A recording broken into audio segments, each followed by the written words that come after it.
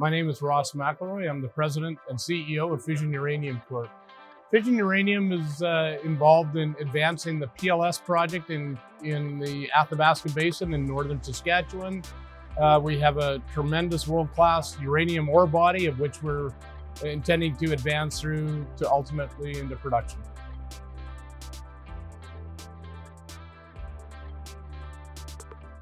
So over the last 12 months, really our efforts have been to expand the resource. And so we completed 25 drill holes on our R840 West zone.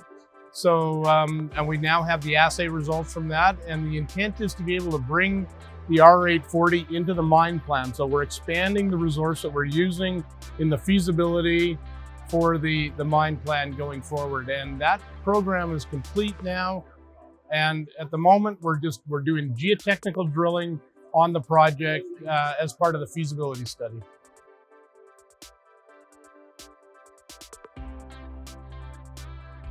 As I mentioned, we're right in the middle of doing a feasibility study. There's a lot of moving parts to a feasibility study, but we'll, including the geotechnical drilling, we intend and we're on schedule to complete the feasibility by the end of 2022. So that's a huge major milestone for us to achieve on the pathway to production.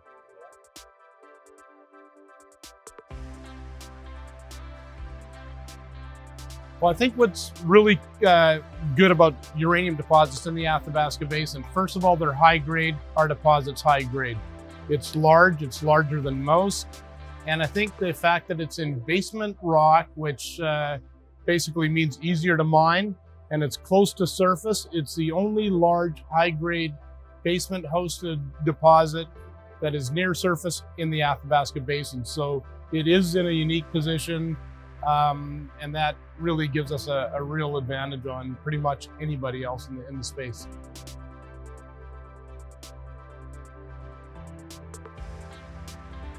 Well, as we move in the project, as I say, through the advanced stages that we're at, we've really built the team up with engineering expertise. We hired Gary Haywood. He's our vice president of production. He's a well-seasoned mine engineer, an ex-Cameco, a lot of background in Athabasca uranium production development. We've now have a full-time environmental manager specialist. So really it's building the team to get us through the feasibility study, work on the environmental and the regulatory side, and also building team to work on the social aspects, building agreements with our local First Nation and Indigenous groups. So with all those components working in parallel at the same time, I think we're in a good space to be able to continue to go forward on this project. Sure, we have around $50 million in the treasury right now, which is very good. That'll get us all the way through the feasibility study. So I think by the end of 2022, we're projected to still have over $30 million in the treasury. So we're well situated for the level of work and the activity that we're doing now.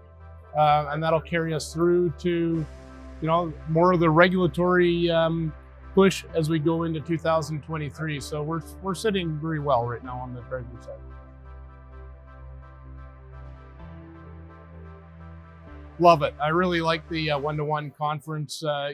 We've attended them in London. We've attended them in Hong Kong, New York. But in Vegas is really good. I think we're meeting a new group of clientele here.